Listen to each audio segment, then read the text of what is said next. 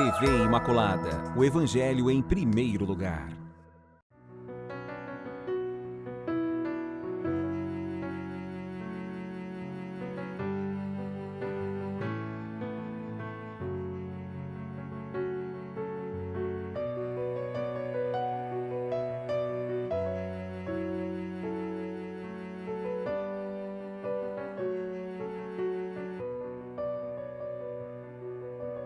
Olá, começando aqui pela TV Imaculada, programa Respostas, essa TV que evangeliza, essa TV que informa, essa TV que nos traz esperança. Com muita alegria de volta aqui na apresentação, Padre Adriano, sejam bem-vindos, bem-vindas.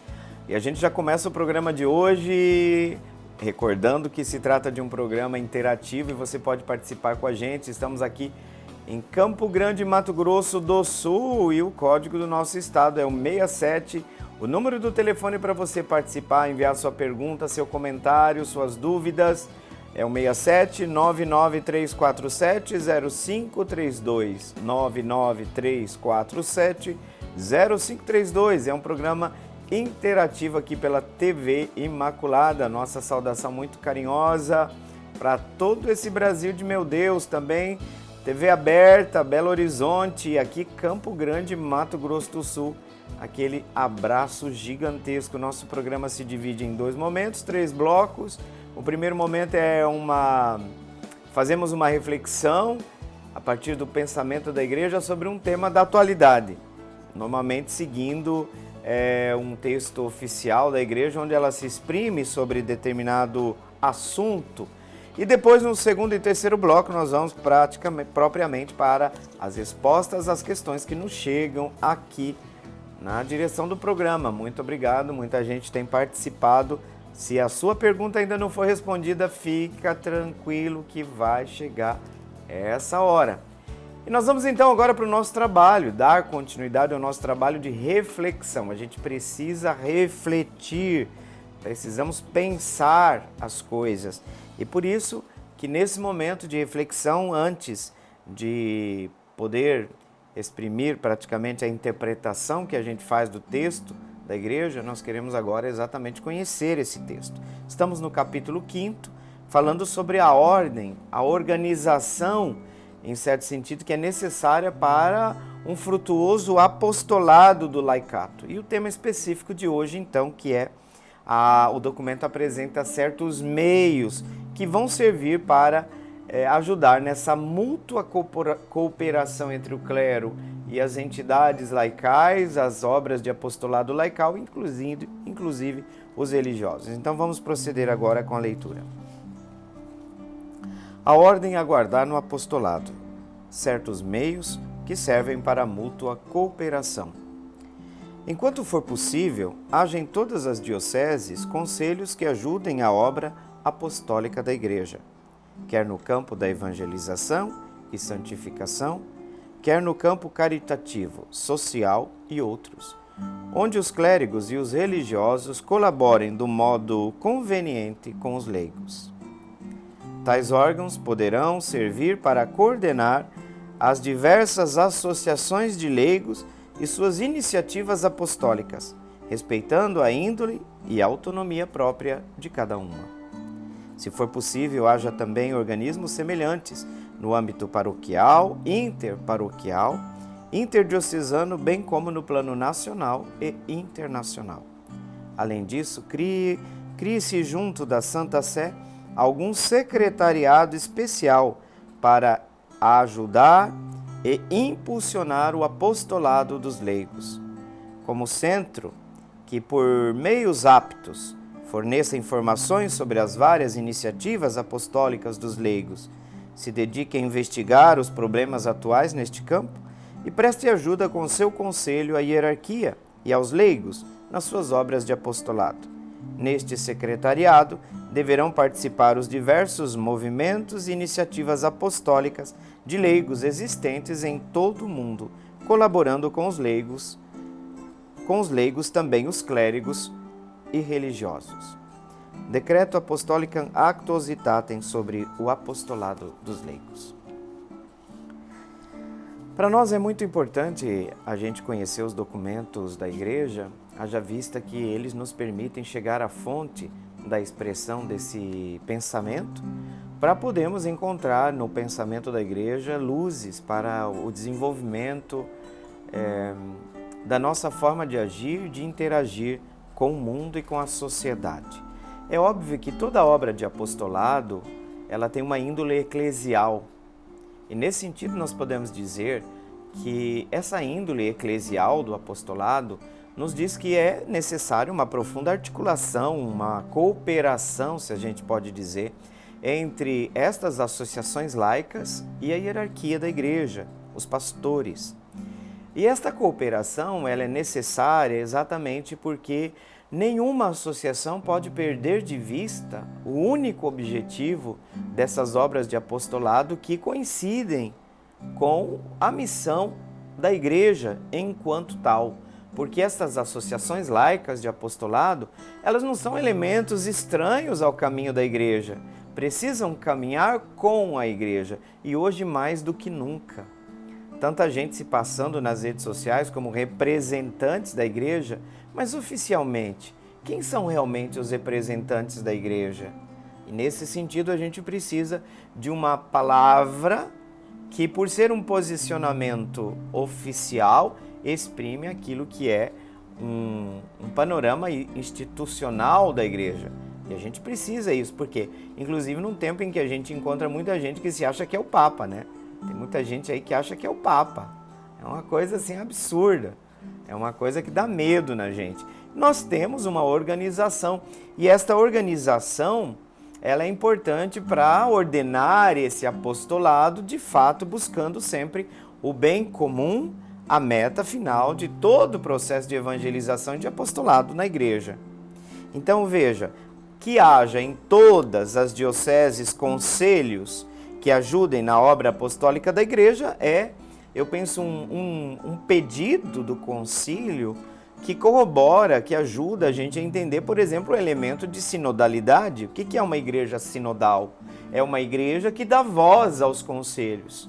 Esses conselhos que precisam existir no processo de organização da obra apostólica da igreja devem estar organizados a partir desta cooperação, desta colaboração entre leigos e a hierarquia, sobretudo nesse campo da evangelização e da santificação, porque as duas coisas estão juntas.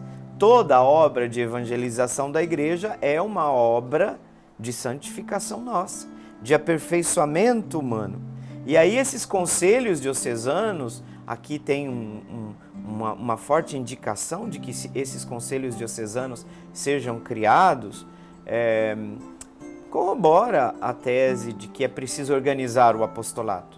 É preciso pensar a ação evangelizadora de maneira organizada. E aí os diversos campos dessas associações que vão atingir o campo caritativo, um campo tão importante hoje na igreja, o campo social e outros. E aí vai dizer também que os religiosos e os clérigos devem colaborar, é a palavra que aparece aqui, colaboração com os leigos. E esses órgãos, de fato, vão ter a missão de coordenar as diversas iniciativas de associações de leigos, as diversas iniciativas apostólicas, mas atenção, respeitando a índole e a autonomia de cada uma. Quando eu falo, gente, assim, olha, exagerando um pouquinho, tudo tem que ir lá pedir bênção para o padre, mas tem coisas na igreja que é própria da missão do leigo. Ele recebeu já da igreja no seu batismo uma graça para ele viver como cristão, para ele ser sal da terra e luz do mundo. Mas atenção, isso não significa jamais na minha fala que nós temos que dizer assim, as associações de apostolado vão para o seu caminho, porque os padres ficam lá, cuidam da missa e nós vamos cuidar aqui da associação. Não, você entendeu completamente errado o que eu disse. Agora, porém, tem um outro exagero. Você sabe que hoje está se desenvolvendo muito a tese do abuso espiritual. Tem muitos padres que são centralizadores. Ele acende a vela do altar, ele põe a toalha. O que é? Isso sufoca os dinamismos da ação do Espírito dentro da comunidade. O padre centralizador numa comunidade é uma tragédia. O cara vai lá, ele quer pôr o pitaco em tudo, as ideias dele, tem que ser do jeito dele. No final das contas, a paróquia é a sua imagem e a sua semelhança. Não é assim que a igreja pensa. Não é. Vocês entenderam os extremos? Os extremos onde o leigo vai pela cabeça dele e se dane o que os padres, a coordenação dos pastores da igreja. Não, senhor, não, senhora. Por outro lado, o padre, ele tem que saber que deve haver um respeito pela justa autonomia dessas associações. São associações de leigos, não são associação de padres. Não são associações clericais. Não? Ficar esperto aí. A gente tem que ficar esperto. Sobretudo quando você tem um padre estrela dentro da comunidade. O cara quer fazer tudo. O cara quer assobiar, quer chupar cana, ele bate a bola, vai lá, cabeceia, segura no gol. Não. Aí vocês têm que dizer, padre, eu vou trazer aqui uma frase, se eu não me engano, de Paulo VI, que ele estava se referindo à liturgia. Cada um faça tudo e somente aquilo que lhe compete. Faça tudo aquilo que diz respeito à sua vocação, à sua missão. Vocês estão percebendo que até a obra de organização do apostolado da igreja tem que ser organizada. Por exemplo, a gente tem que perguntar, o bispo está sabendo? O bispo está em comunhão? Porque na hora que a boiada estoura, aí a gente vai lembrar do bispo, né? Ah, olha, tá vendo? A hora que a gente precisa da autoridade do bispo, aí a gente lembra. Então, isso é muito importante. Não é intromissão da hierarquia nessas associações. Não é ingerência da hierarquia nessas obras. Mas é preciso um acompanhamento. É preciso, a palavra que está sendo muito usada nesse documento, colaboração.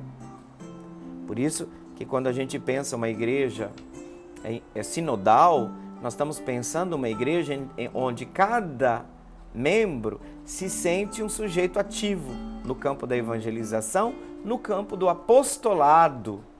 Então, o Espírito que suscita dons e carismas dentro da comunidade, o Espírito visa sempre a edificação da comunidade. E aí, quando aparece, seja num grupo de oração, seja numa pastoral e no movimento, os estrelismos, porque assim, tem gente que critica também muito o clericalismo dos padres, e a gente precisa criticar mesmo. O próprio Papa tem feito isso, porque isso depõe contra a vida, a ação do Espírito dentro da própria comunidade. Porém, tem gente dentro da comunidade que não é padre, mas é muito pior. É centralizador, é fofoqueiro, procura dizer sempre, ninguém quer ajudar a igreja. Claro que não quer ajudar. O cara põe a cara ali para fazer uma leitura, ele é bombardeado, metralhado, coitado, nunca mais aparece. Nunca mais vai aparecer o cara. Então tem que tomar cuidado, porque os caminhos do apostolado, já falando dentro das nossas comunidades, tem que ser pessoas que sejam capazes de, eu fui chamado por Deus, eu tenho que ser um instrumento do chamado do outro. Então tem que ter lugar para todo mundo dentro da igreja. O Papa Francisco tem batido nessa tecla, não é uma tecla nova, mas eu penso que seja uma necessidade. Sabe aquela panelinha de Jesus? Os donos da igreja? Não pode. Simplesmente não pode. Todas as nossas comunidades, às vezes, temos gente que fala mal dos padres, mas são iguais ou piores, porque reproduzem o mesmo sistema autoritário de exercício de autoridade. Tá? Então, é preciso mudar isso. É preciso olhar essa presença dos conselhos diocesanos em outros âmbitos, que chegam até no âmbito internacional, que chega até na Santa Sé, para poder organizar estas associações e estes apostolados, e esse apostolado leigo na igreja. Isso é muito importante. Gente, chegamos ao final desse primeiro bloco, com essa reflexão sobre a organização do apostolado laical na igreja. Vamos para o intervalo e já voltamos na sequência. Até daqui a pouco.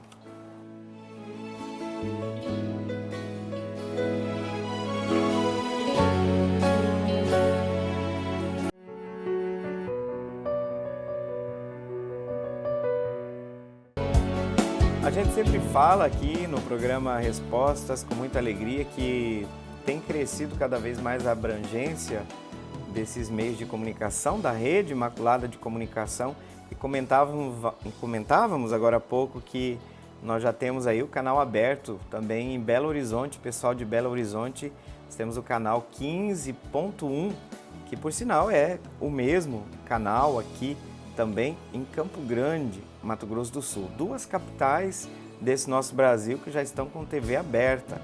A gente está percebendo aí que São Maximiliano não está descansando muito lá no céu não, hein? Está trabalhando esse homem de Deus.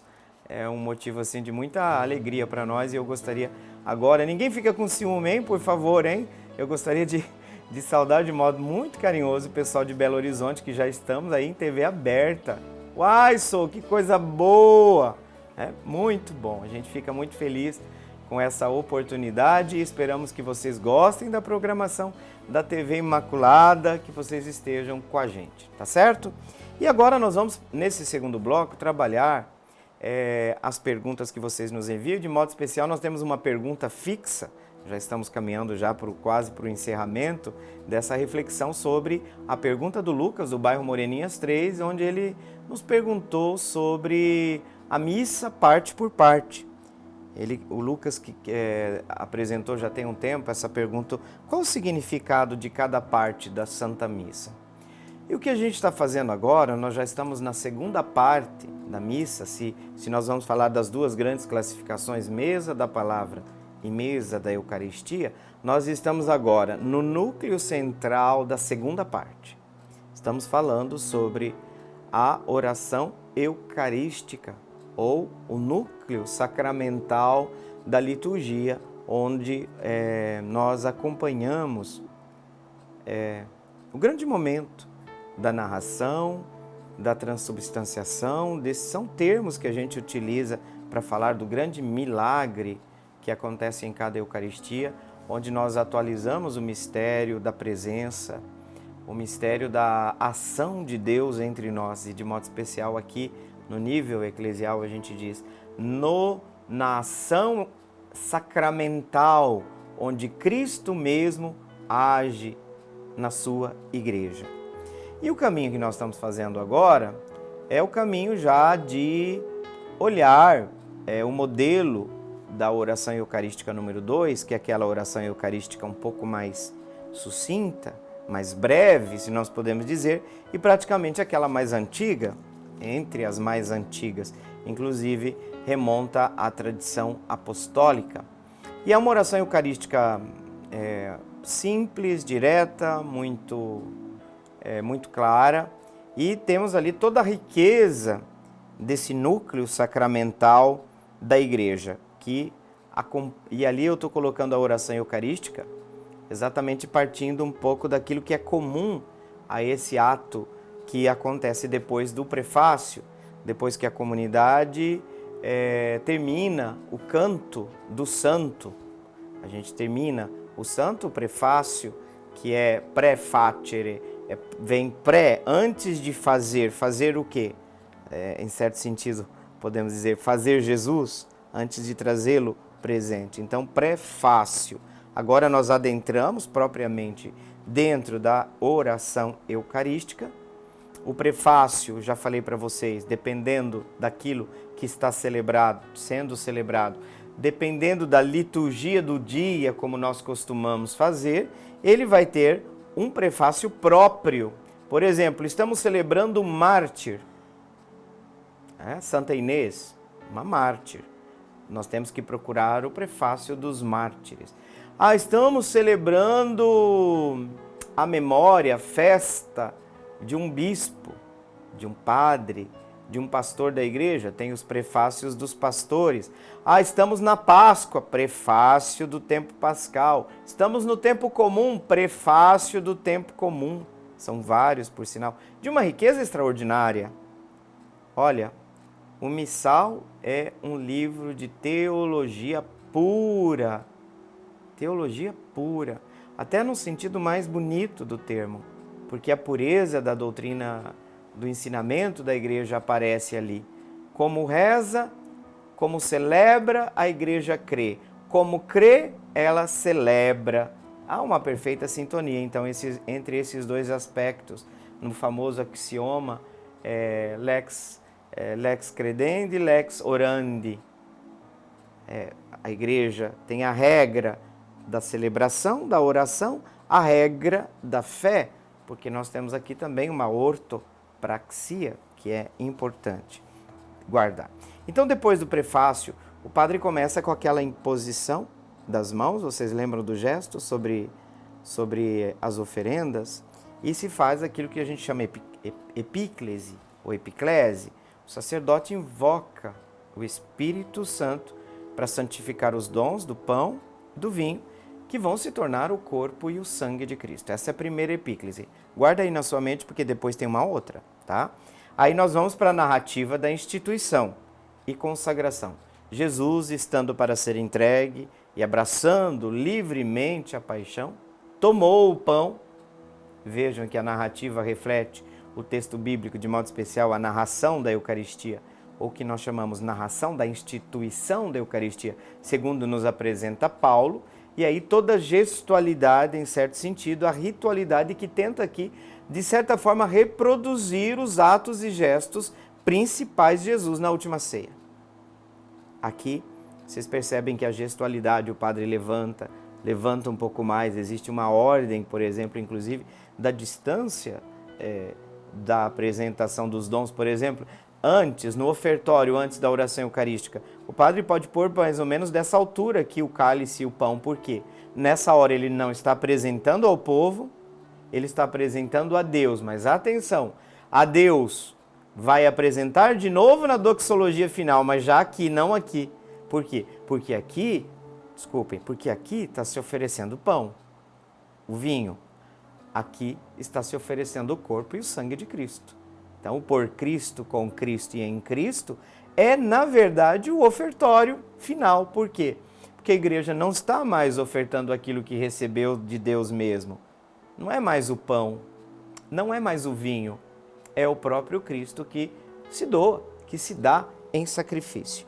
Então, a narrativa da instituição ou da consagração, a gestualidade do ministro é muito importante. Por isso que normalmente vocês podem perceber que a gente procura estar com as mãos um pouco liberadas, porque tem toda uma gestualidade ali que remonta de fato à atualização da última ceia e, claro, estamos celebrando na forma ritual, mas estamos atualizando aquilo que acontece sobre o Gólgota. Também há uma ponte, vocês estão percebendo que não é uma coisa meramente subjetiva, ela tem que ter respaldo no fato. Aconteceu e isso está sendo revivido. Isso está sendo trazido, isso está sendo celebrado, mas claro, na forma sacramental. É a forma sacramental. Mas a ritualística do ato celebrativo tenta repropor aquele sacrifício que aconteceu uma vez por todas. Porque a missa não é um novo sacrifício, é aquele hoje, é aquele único agora, é aquele eterno sendo atualizado agora.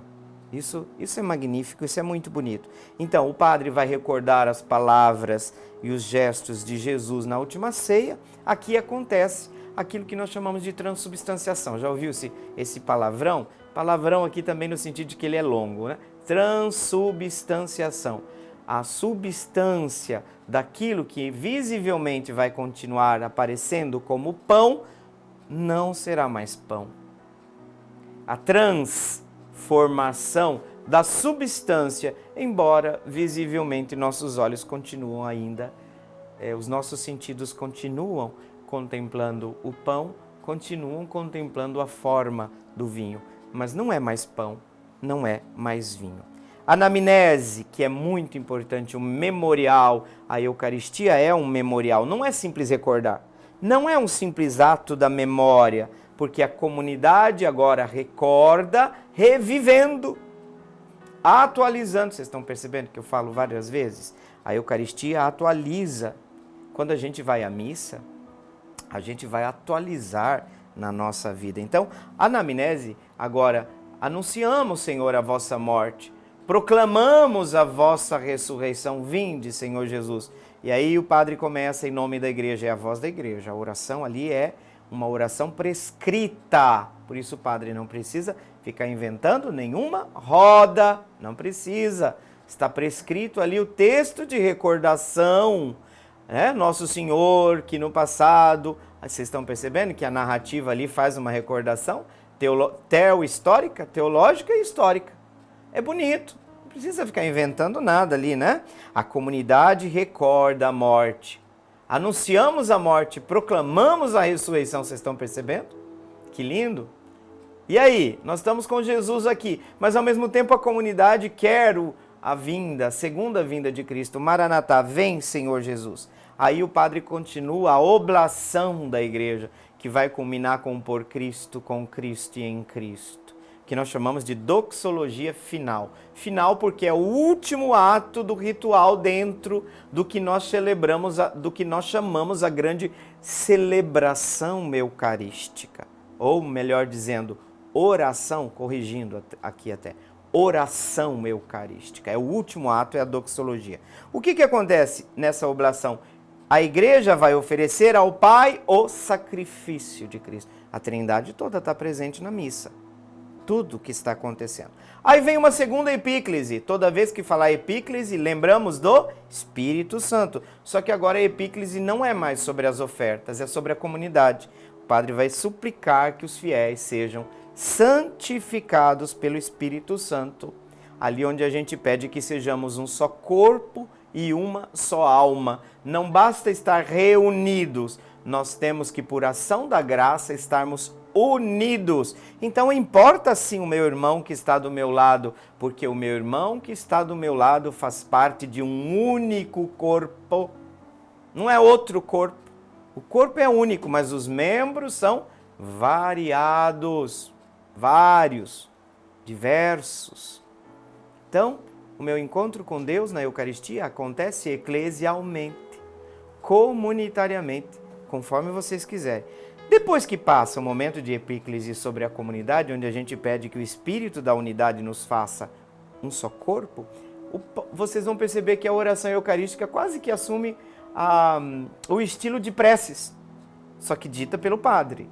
Já percebem? Vamos rezar pela igreja, vamos rezar pelos mortos. Como que chama esse momento da oração eucarística? Intercessões. O padre vai fazer as intercessões. Se ora pela igreja, tem que dizer o nome do Papa. Eu fiquei sabendo aí. Esse é o tipo de coisa que eu não gosto de ouvir, gente. Me dá uma tristeza no coração que tem padre que não está citando o nome do Papa Francisco, porque não gosta do Papa. Gente, sabe o que eu prefiro acreditar nessas horas? Que não é verdade. Não, deve ser uma fofoca, deve ser inventado. Não, não é possível. Não é possível, cara. Eu fico numa tristeza quando eu escuto essas coisas. Padre, o que ele acha? Ele é dono da igreja? O Papa é ele? Ele decide? Lá no missal está enorme, um N bem vermelho. Se o padre tiver veinho e meio, né? Está com problema de visão, está enorme o N lá, que é o nome do Papa, meu santo. Não é opcional o nome do Papa no rito eucarístico. Ai, chega, vou brigar hoje. Não, já está chegando a quaresma, tem que ficar mais calmo, né? Pedir calma para Deus. Não, o nome do Papa não está perguntando para você se você gosta do Papa. Nem interessa. Nem para mim, nem para ninguém. O nome do Papa tem que ser dito ali. E sabe por que isso? Isso cria meleca na cabeça do povo. Porque aí veio perguntar, e aí, padre, diz ou não diz? Eu falei, minha santa... às vezes a gente sabe quer enforcar, não pode, né? A gente não pode enforcar porque a gente tem que se acalmar ali, porque a pessoa às vezes não tem nem culpa, mas é hora de dizer o nome do Papa. Nós estamos em comunhão com a igreja, vamos suplicar pela igreja, pelo Papa, pelo bispo local, tem que dizer o nome do bispo local, tem uma forma de dizer também pelo auxiliares. Parece-me que não tem na fórmula ainda os eméritos, mas acho que volta e meia vocês percebem que se coloca também o nome dos eméritos, né? Então, é algo que não é o fim do mundo. Pelos fiéis falecidos e por toda a comunidade. Vocês viram na oração eucarística, quando o padre diz lá na última prece, enfim. Lembra? Enfim. Significa, dito tudo isso, agora nós já estamos caminhando para o encerramento dessa parte da liturgia eucarística, né? Que nos conduz a todos a participar da vida eterna, estão vendo a prece final? Aí é por todo mundo. Começa pelo Papa, pelos bispos, pelos mortos, aqueles que estão já na comunhão com Deus, já estão no face a face, nós estamos ainda no caminho de peregrinação nossa, a forma de Cristo ainda é sacramental, Não é o face a face, nós caminhamos na esperança, mas a igreja celeste está unida. Os anjos e santos estão presentes em cada missa porque não há uma separação entre a igreja. É sempre a mesma igreja, aquela já em plena posse dos bens de Deus, da graça, e aqueles que estão ainda na peregrinação. E terminando, nós temos a doxologia final, já no final desse bloco, conclui-se com a oração que glorifica a Santíssima Trindade, por Cristo, com Cristo e em Cristo, a vós, Deus Pai Todo-Poderoso, na unidade do Espírito Santo, por todos os séculos dos séculos. E a Assembleia finaliza com a grande assinatura, que é o Amém. Então aqui nós temos a glorificação da Trindade nesta doxologia final da oração eucarística. Muito bem, chegamos ao final desse segundo bloco. Nós vamos para o nosso intervalo, é uma segunda pausa que a gente vai fazer no programa e voltamos na sequência. Até daqui a pouco.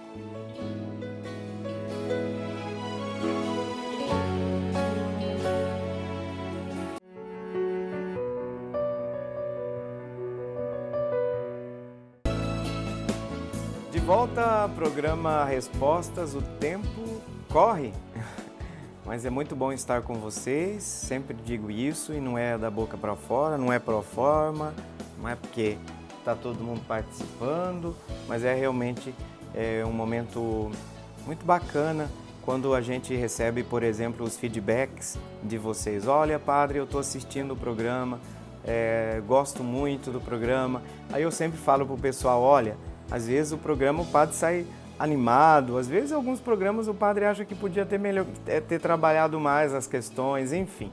Mas o desejo é sempre esse, o desejo é aquele de encontrar respostas às grandes questões que a gente traz, mas de uma maneira que não crie divisões entre nós, que seja capaz de, aliás, combater esse clima tão pesado de polarização que tanto tem nos dividido por meio, sobretudo, dos algoritmos. Então, a gente precisa realmente trabalhar uma comunicação para a paz. A gente tenta fazer esse trabalho, a gente tenta. Tá certo? Muito obrigado pela companhia de vocês. E agora, nós vamos para uma pergunta que foi feita por alguém que está lá em Sergipe. Meu Deus, gente de Sergipe! Que coisa boa, uma saudação muito carinhosa. Eu tenho um sonho de conhecer o Nordeste, falo para vocês. Sabe quem é que mandou essa pergunta? Franciele. Franciele, muito obrigado pela sua participação. É uma pergunta lá de Sergipe. Aí, que oportuna a sua pergunta, uma pergunta necessária, eu diria. Ela pergunta o seguinte, a Franciele: gostaria de saber onde e como surgiu a Bíblia. Onde e como surgiu a Bíblia? Franciele, primeira coisa que a palavra Bíblia, ali no original, Biblos, já está falando de uma realidade bastante complexa. Não podemos pensar a Bíblia como um livro que é escrito inicialmente do capítulo 1, versículo 1 do Gênesis e que termina no Apocalipse de São João, ali no último capítulo e no último versículo. Já a palavra Bíblia vem de Biblos, que quer dizer biblioteca. Nós temos num único livro que se torna acessível para nós a partir de todo um trabalho milenar de junção. Eu gosto de usar aqui, Franciele, a ideia da colcha de retalhos. Em certo sentido, claro, aqui é uma acepção bastante simplista da coisa, mas a Bíblia é construída como uma colcha de retalhos. Como é que a nossa avó fazia a colcha de retalhos? Pega lá o tecido que sobrou de uma calça que foi feita, de um vestido que foi feito, de um lençol da cama que foi feito. E aí o que faz?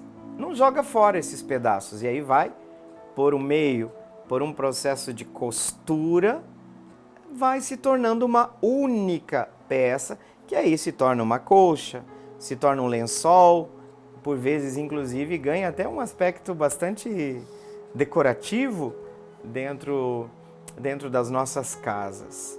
Então, a Bíblia é constituída como se fosse uma colcha de retalhos. Mas eu vou voltar aqui para a ideia de que a Bíblia é uma biblioteca. Já entrou numa biblioteca? Então, ali você vai ver que são vários departamentos, história, ciência. Se você for numa biblioteca, por exemplo, a biblioteca aqui da Universidade Católica Dom Bosco, enorme, gigantesca, Biblioteca Padre Félix Avatar. É belíssima. Você vai encontrar uma série, né, de infinitas obras que falam dos diversos campos da ciência. Agora, a Bíblia, ela é juntada por um outro critério, que não é um critério em certo sentido científico, mas é um critério teológico. A Bíblia só pode fazer parte dela aquilo que nós consideramos revelação de Deus. Ou seja, aquilo que a gente reconhece como palavra de Deus. Tá entendendo? De Deus. Por quê? Porque quando a gente vai no Segundo Testamento, que é uma segunda parte da Bíblia escrita muito tempo depois, a grande discussão que surgiu na igreja é: quais livros são canônicos? A pergunta, traduzindo, quais livros estão dentro da regra? Qual que era a regra? Tinha que reconhecer o caráter de inspiração do livro. Porque inspirado é palavra de Deus, e é palavra de Deus porque é inspirado, vocês estão percebendo? O autor sagrado, que são vários, não são só um.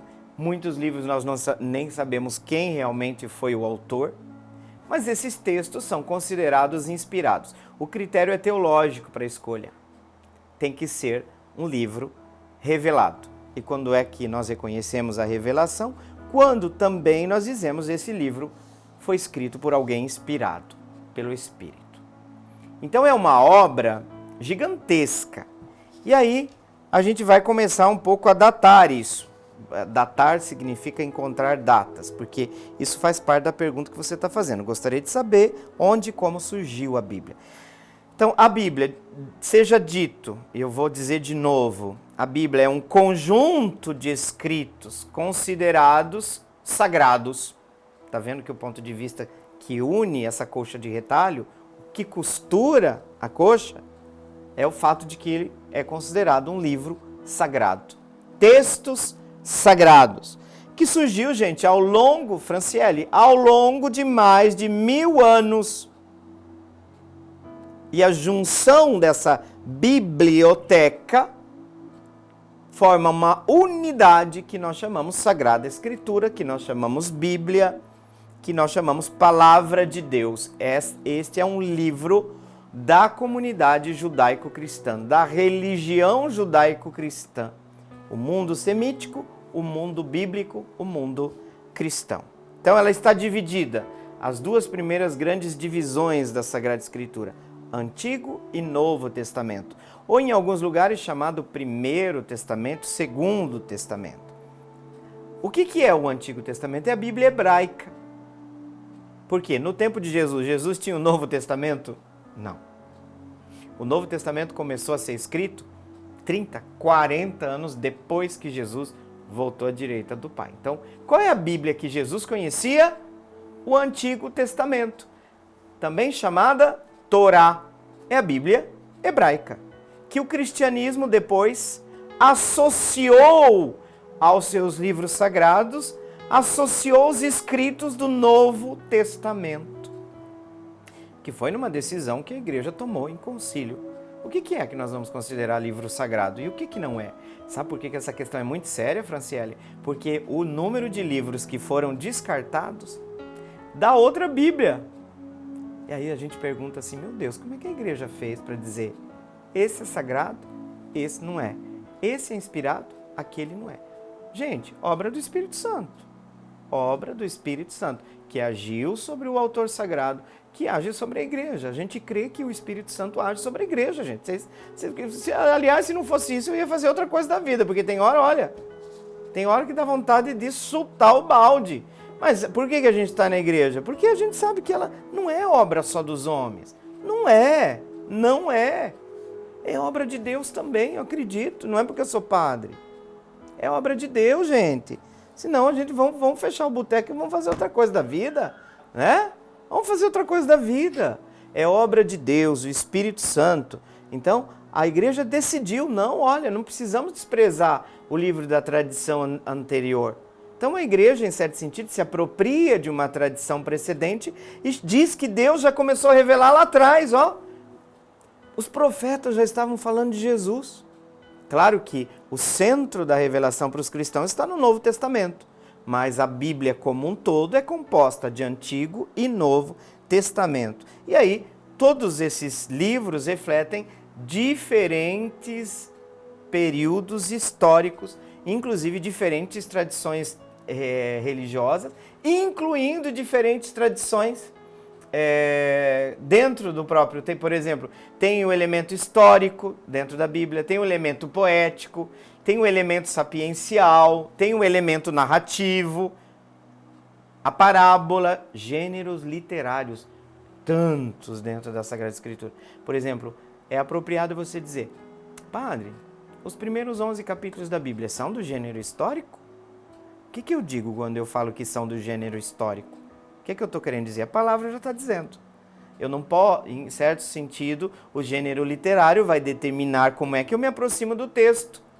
Se é um gênero literário histórico, eu estou dizendo que ali tem algo de historiografia, onde Deus, agindo na história, se viu que ali era a ação de Deus. Se reconhece a ação de Deus pelos patriarcas, pelos profetas. Tudo isso significa que o Antigo Testamento começou muito tempo antes. Quando é que o Antigo Testamento, Franciele, começou a ser escrito? Praticamente por favor, cuidado aqui, datas aproximativas, tá? Entre 800 e 1000 anos antes de Cristo. Tá? Esse é o tempo em que se começou o Antigo Testamento, tá? Por favor, Franciele. O Antigo Testamento começou a ser escrito por volta do século X, antes de Jesus Cristo. Gente, praticamente o Antigo Testamento levou de 800 a 1000, não é 800 mil, tá? 800 a 1000 anos para ser escrito. Quando que foi concluído o Antigo Testamento? Praticamente 2 séculos antes de Cristo. Praticamente a gente pode dizer ali 2 séculos. Onde surge toda a tradição do Antigo Testamento? Acompanha a história de um povo com seu Deus, com a sua divindade. Deus de Israel, Deus de Isaac, Deus de Jacó. Então, as narrativas são todas voltadas para falar desta relação de Deus com seu povo. Então, aqui nós temos esses textos que surgiram dentro do povo de Israel, que num primeiro momento, Franciele, não foram escritos. Muito tempo depois, mas foram feitas narrações orais, transmitidos oralmente, antes de serem registrados por escrito. Gente, praticamente isso aconteceu também no Novo Testamento. Boa parte das recordações, dos feitos, das falas de Jesus foram primeiro passadas de boca a boca. Passadas, sabe? A tradição oral precedeu a tradição escrita. Interessante. E por vezes acompanhou. Por isso que a gente fala da nossa tradição. Onde está a revelação para nós cristãos católicos? E você, irmão evangélico, irmão em Cristo, para você é o princípio luterano, só a escritura, mas para nós também é o princípio da tradição. Por quê? Porque a tradição oral é o que dava vida às comunidades. A pregação dos apóstolos era transmitida oralmente. Até porque também nem tudo dessa tradição oral foi posto por escrito. Nem tudo. Então a gente tem também a tradição aí como fonte de revelação. Mas não vem ao caso aqui agora, tá, Franciele? Agora, quais são os livros do Antigo Testamento? A gente chama os Pentateuco. Penta quer dizer 5. Aquela que nós denominamos Torá. É o livro da Torá. Gênesis, Franciele, está incluído nesse grupo, do Pentateuco. Êxodo, Levítico, Números, Deuteronômio, que na verdade aqui, gente, nós estamos falando do núcleo da fé judaica. Essa é a Bíblia hebraica, praticamente. Aqui é o centro da fé judaica, está contido no Pentateuco. Agora tem outros livros também importantes, inclusive com outros gêneros literários que vão aparecendo. Livros históricos. Também tem livros históricos dentro da Sagrada Escritura. Antigo Testamento, tá? Por favor, Provavelmente nós não vamos terminar hoje a sua pergunta não, viu, Franciele? Mas vamos nos deter hoje sobre o Antigo Testamento. Veja, os livros históricos, eles narram a história de Israel. Já tem uma preocupação. Você está percebendo qual que é o gênero literário aqui? Por isso que é importante falar sobre o gênero literário. Vocês estão entendendo? Porque senão a gente cai no fundamentalismo, cara. Cuidado!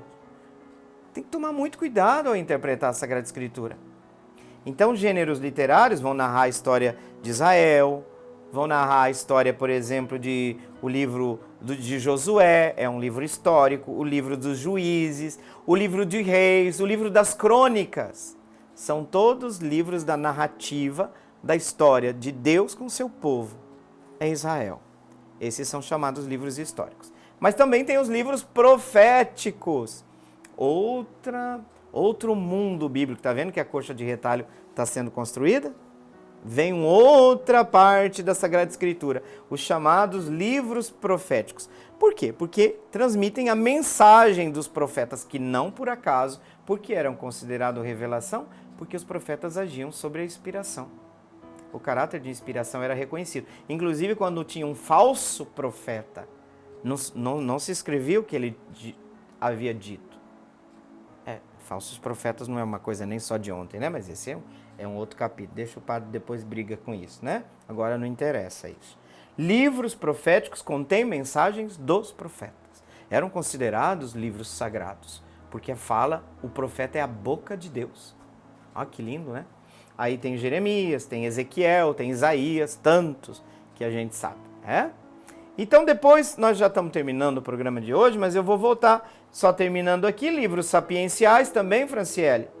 Salmos, Provérbios, Eclesiastes, são todos livros dessa tradição sapiencial, que são reflexões sobre a vida e a fé do povo. Muitos ditos populares eram levados e compilados, escritos. Ditos da sabedoria popular também compõem essa literatura sapiencial. E agora, nós terminamos por aqui, pelo menos por o Antigo Testamento. Depois, no próximo programa, a gente vai para o campo do Novo Testamento. Tá bom, Franciele? Gente, como é de costume, quero invocar a bênção de Deus ao final desse programa, pedindo a intercessão da mãe dele, de Maria Imaculada, que preservada de todo mal se tornou cheia de graça. Que também Deus nos faça cheios de sua graça.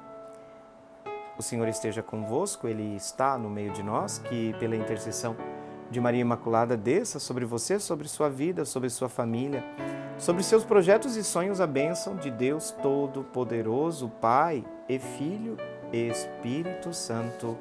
Amém. Muito bem, depois da gente refletir, de receber a bênção de Deus, eu deixo aqui o meu abraço bem apertado para vocês, a promessa do reencontro. Até o próximo programa. Salve Maria Imaculada!